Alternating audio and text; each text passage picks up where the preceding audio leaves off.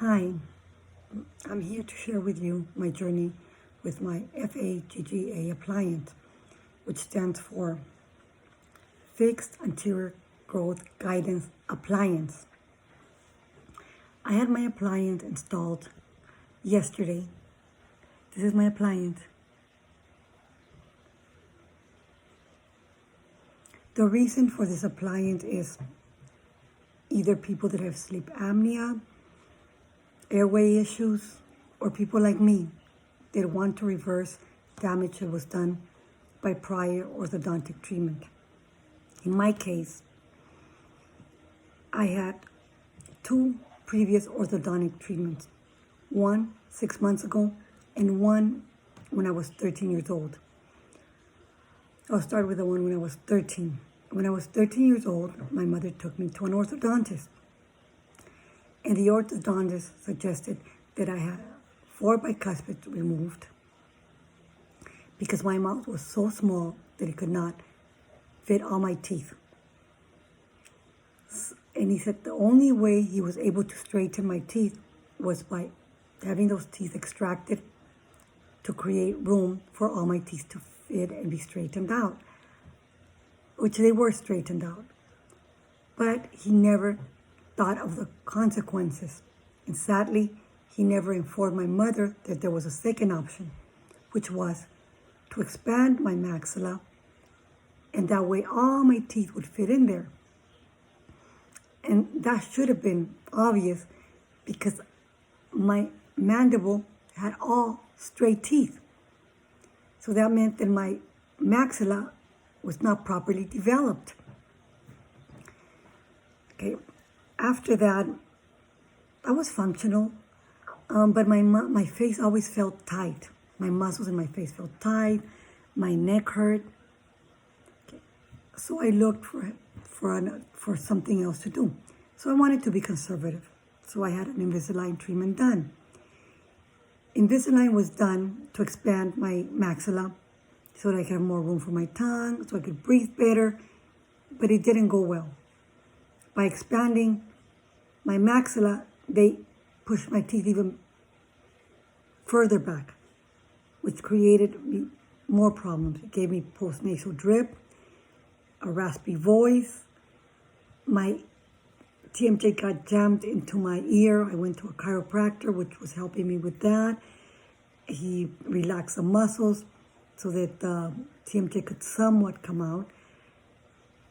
But I still don't feel good. I still had the postnasal drip. So I did some research on the internet and found the FAAGA appliance, which I went to Dr. Bradford. He said that this appliance is going to bring my upper jaw and teeth forward and will develop some bone in my palate to make my palate grow some. This is the appliance, as you see. I don't know if you could see. Back here there's a little plate. That little plate is where my tongue is supposed to be. When people have their tongue positioned there, their maxilla grows properly. But since as a child, my tongue never was in the right position, it didn't allow for that growth. So this plate presses on the nasopalatal nerve, which is supposed to make my maxilla come forward. And by doing that, my mandible is supposed to release. My dentist said, this is theory, but if it doesn't release, he will put another appliance that will release my mandible. So, hopefully it releases. If it doesn't, I will go to appliance number 2. Okay, after this I'm done with this appliance in about 4 to 6 months, hopefully less. I will have some spaces here. And I'm going to have a choice then, either to put implants or to bring everything forward orthodontically, and that will close the spaces. Okay, but I'll cross that bridge when I'm there. Parents, if you have kids and the orthodontist tells you the teeth need to be extracted, I would get a second opinion to make sure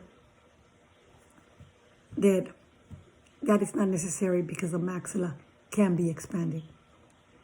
It's better to have it done as a child than as an adult. And remember, once those bicuspids are extracted, or whatever teeth they recommend to be extracted, they will never be able to get those teeth back. Yes, implants, but implants are not your natural teeth. I have 2 kids, okay?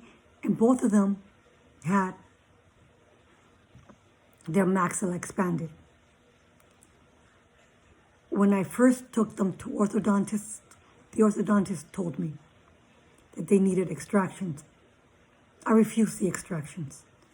I said, I'm going to seek other opinions, which I did, and I found dentists that did not do that at all.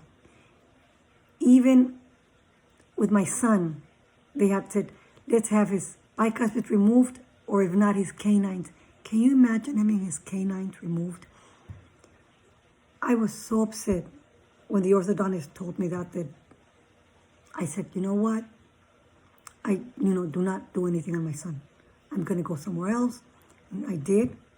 And we took him to another orthodontist who put a palatal expander, and he has a beautiful smile without any extractions.